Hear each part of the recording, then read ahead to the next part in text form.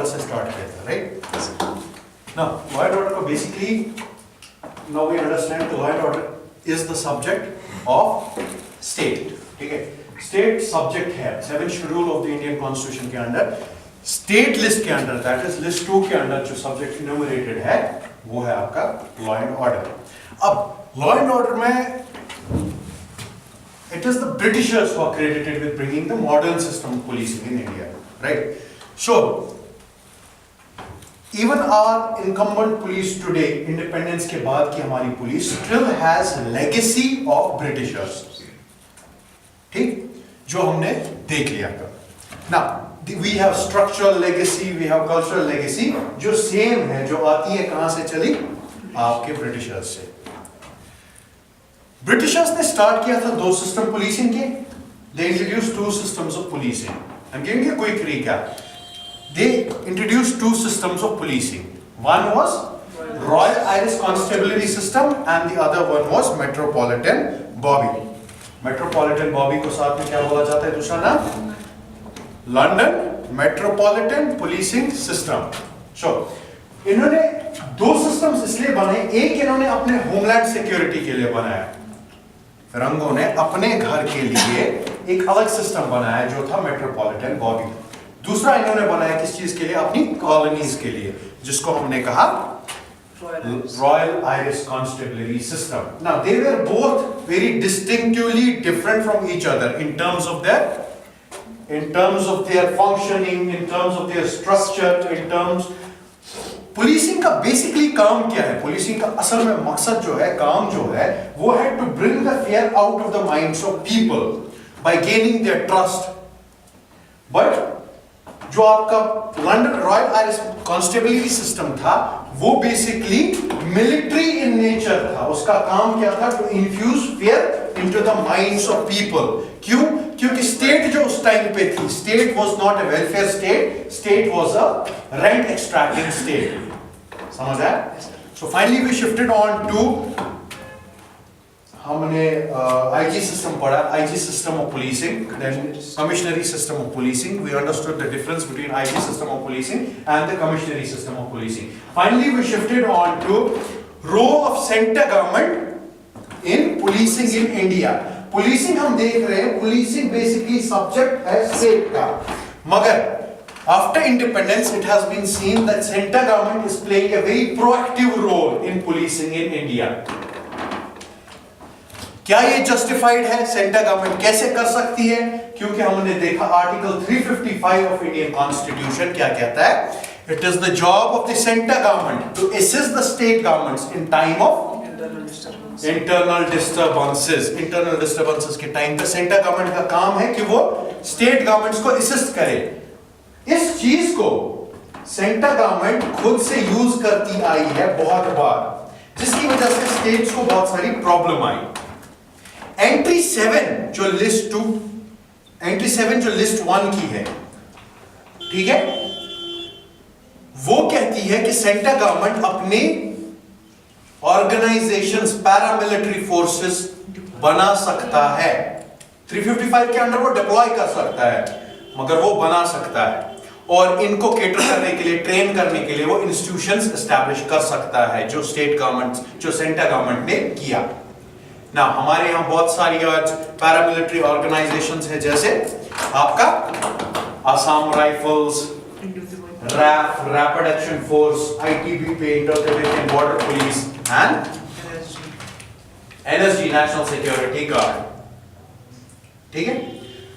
अब central government ने बार बार अपनी फोर्सेस को डिप्लॉय, पोस्ट इंडिपेंडेंट एरा में सेंट्रल गवर्नमेंट ने बार बार डिप्लॉय किया है इन फोर्सेस को eight many instances. Now that constitutionality, इनका जो कॉन्स्टिट्यूशनैलिटी है, that is not under suspect, but the problem is that क्योंकि आपके पास 355 है, इसके अंदर आप डिप्लॉय कर सकते हो, but the problem is that states have objected to this. Why? Because states said they have deployed them without taking us on board, without the state's consent. State का consent मांगने के बगैर सेंटर ने deploy किया है इन forces को, ठीक है। सो इसको हमने कल अच्छे से देख लिया। Then we shifted on to NIA. और एक इंपॉर्टेंट इंस्टीट्यूशन है जिसकी वजह से सेंटर कंट्रोल करता है state policing, that is all India services. All India services कैसे कंट्रोल करता है? ऑल इंडिया सर्विसेज, हमारे पास how many all India services do we have? Three all India services, the IAS, the IPS and the IFS. IPS जो है Indian policing system, Indian police services. Indian police services जो है वो basically recruit करता है centre और उनको deploy करता है टू द स्टेट्स। सेंटर उनको रिक्रूट करता है, उनको ट्रेन करता है, फाइनली मगर उनकी सर्विसेज कैसे लेता है? डेप्यूटेशन पे उनको डिप्यूट करता है स्टेट्स को। ठीक है, ये इनका अल्टीमेट कंट्रोल लाई करता है with the centre government, but immediate control lie करता है विद द स्टेट गवर्नमेंट्स। और ये जो आईपीएस ऑफिसर्स है ये हेड करते हैं, they provide the leadership to the state police.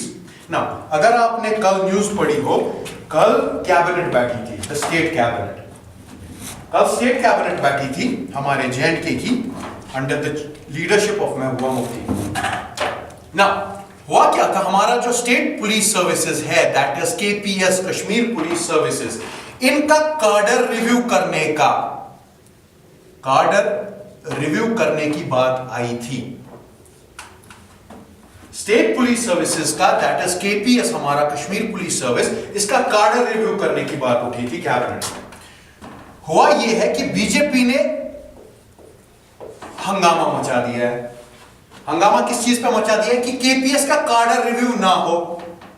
अगर केपीएस का कार्डर रिव्यू होता है, अगर केपीएस का कार्डर रिव्यू होता है तो आपका जो आईपीएस इस टाइम पे है वही सिर्फ बैठ सकता है डीआईजी की कुर्सी पे, सिर्फ आईपीएस बैठ सकता है। अगर इसका कार्डर रिव्यू किया जाए तो केपीएस भी एलिजिबल होगा डीआईजी की कुर्सी तक, वहां तक पहुंचने के लिए। बट बीजेपी ने शोर मचाया था इनके मिनिस्टर्स ने कैबिनेट में, because of which Mehbooba Mufti had to make a comment, you are compromising the authority of the cabinet. She famously said that you are compromising the authority of the cabinet. Now, after which she staged a walkout, she went home. Now, ये वही चीज है कि जो all India services हैं ये leadership provide करते हैं टू द स्टेट पुलिस। समझ आया? ये थी all India services. All India services के इंस्ट्रूमेंट को लेके स्टेट सेंटर गवर्नमेंट कैसे रोल प्ले करती है इन पुलिसिंग इन इंडिया। उसके बाद we started with NIA. NIA is the national investigation agency, national investigation agency.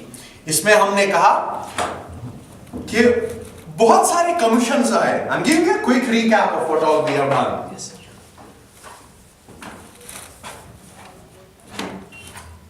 बहुत सारे commissions, for example national human rights commission, Soli Sorabjee committee या आपका लॉ कमीशन, इन सब ने रिकमेंड किया कि एक इंडिया में ऐसी एजेंसी होने की जरूरत है।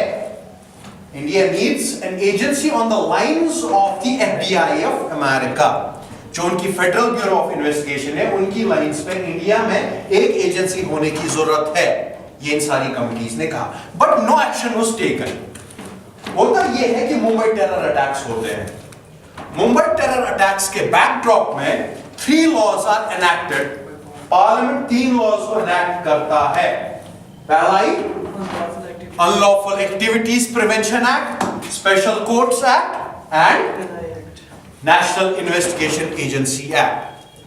एनआईए एक्ट बन जाता है जिसकी वजह से, जिस एक्ट की वजह से गठन होता है, बनता है national investigation authority agency, national investigation agency. Now national investigation agency की जरूरत क्यों पड़ी? बिकॉज 21st सेंचुरी का क्राइम, 21st सेंचुरी में crime is not unidimensional, because policing in India is a state subject. For example, J&K police has a jurisdiction up to the borders of Jammu and Kashmir. Same with Delhi police, same with Tamil Nadu police, and same with Goa police, so on and so forth. Now, because crime today is multi-dimensional and it versus the boundaries, ठीक है? ये trespass करता है state की boundaries को।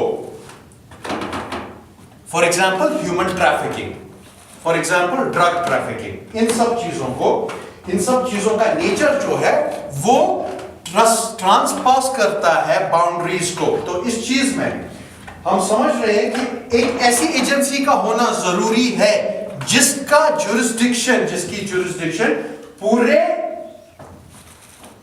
States में फैले, पूरे इंडिया में फैले, जिसकी वजह से गठन हुआ एनआईए का। नाउ एनआईए एक्ट कहता है कि NIA will be headed by director NIA and it will be placed under ministry of home minister इसको पॉलिटिकली हेड करेगा और इसको ब्यूरोक्रेटिकली हेड करेगा डायरेक्टर एनआईए। इसकी जुरिस्डिक्शन होगी उन सारे सब्जेक्ट्स में जो शेड्यूल्ड सब्जेक्ट्स होंगे, शेड्यूल्ड सब्जेक्ट्स क्या हुआ? शेड्यूल्ड सब्जेक्ट्स वो सब्जेक्ट्स हैं जो मेंशन्ड है इन द एनआईए एक्ट, जो एनआईए एक्ट में मेंशन्ड है सब्जेक्ट्स। ये सिर्फ पूरे इंडिया में इसकी जुरिस्डिक्शन नहीं होगी, बट इसकी जुरिस्डिक्शन हिंदुस्तान से बाहर भी होगी। किसी उस एजेंसी, कंपनी, कोई भी चीज जो एनलिस्टेड हो अंडर गवर्नमेंट ऑफ इंडिया, ठीक है, उन सब पे इसकी जुरिस्डिक्शन चलेगी। इनफैक्ट इंडियन सिटीजंस अब्रॉड, उन पे भी इसकी जुरिस्डिक्शन चलेगी। उसके बाद हमने थोड़ा सा एक इंपॉर्टेंट चीज एनआईए को जो दिया गया वो है, इसको दिया गया suo motu power, that is it can undertake arrest, investigation, search, seizure खुद से, इसको किसी को पूछने की जरूरत नहीं है, इसको वो पावर दिया गया, that is suo motu power. उसके बाद हमने थोड़ा सा एनालिसिस किया एनआईए का। एनआईए में हमने देखा इसके एनालिसिस करके कि बेसिकली इसकी कॉन्स्टिट्यूशनैलिटी ही अंडर क्वेश्चन है। The very constitutionality, legitimacy of NIA is under question. जो नोट लिखा था, एक नोट लिखा लॉ मिनिस्ट्री ने टू होम मिनिस्ट्री, जिसपे उन्होंने हाईलाइट किया कि आप एक फेडरल एजेंसी, क्योंकि एक फेडरल एजेंसी है, आप एक फेडरल एजेंसी नहीं बना सकते एक